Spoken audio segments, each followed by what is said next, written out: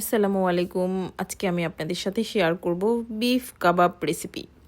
তো আমি এখানে মাংসের কিমা নিয়েছি 500 গ্রাম। এটা আমি লেবুর রস দিয়ে মেখে রেখেছিলাম, তারপর ব্লেন্ডারে ব্লেন্ড করে নিয়েছি। তো আমি এখন এটার সঙ্গে অ্যাড করছি রসুন কুচি, আদা কুচি, একদম মিহি করে কুচি কুচি করে নিতে হবে, কাঁচামরিচ কুচি, ধনে পাতা কুচি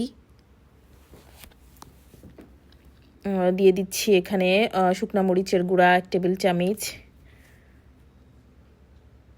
ধনিয়ার গুঁড়া 1 টেবিল চামচ, জিরার গুঁড়া 1 টেবিল চামচ, লবণ, লেবুর রস, গোলমরিচের গুঁড়া এবং দিয়েছি কর্নফ্লাওয়ার 2 টেবিল চামচ এবং গরম মশলাও দিয়েছি আমি 1 টেবিল চামচ।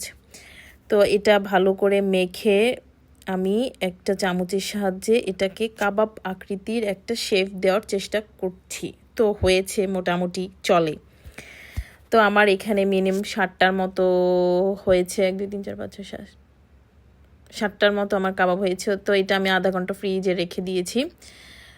আমি এখন কি করছি দেখেন, আমি একটা শসার ডেকোরেশন করেছি, সেটাও আপনাদের সাথে শেয়ার করছি। তো একটু একটু চেষ্টা করছি, আমি পারছি, আশা করি আরও সামনে ভালো করব আপনারা যদি সাপোর্ট দেন। তো এখন আমি একটা হাঁড়িতে দিয়ে দিয়েছি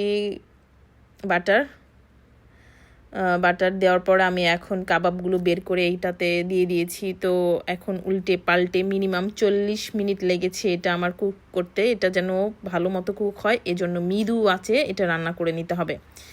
তো আমি একটু আদা কুচি, কাঁচামরিচ কুচি দিয়ে দিয়েছি। তো তেলটা দেখেন উপরে ভেসে উঠেছে। তো হয়ে গেছে, অলমোস্ট আমার রান্না কমপ্লিট।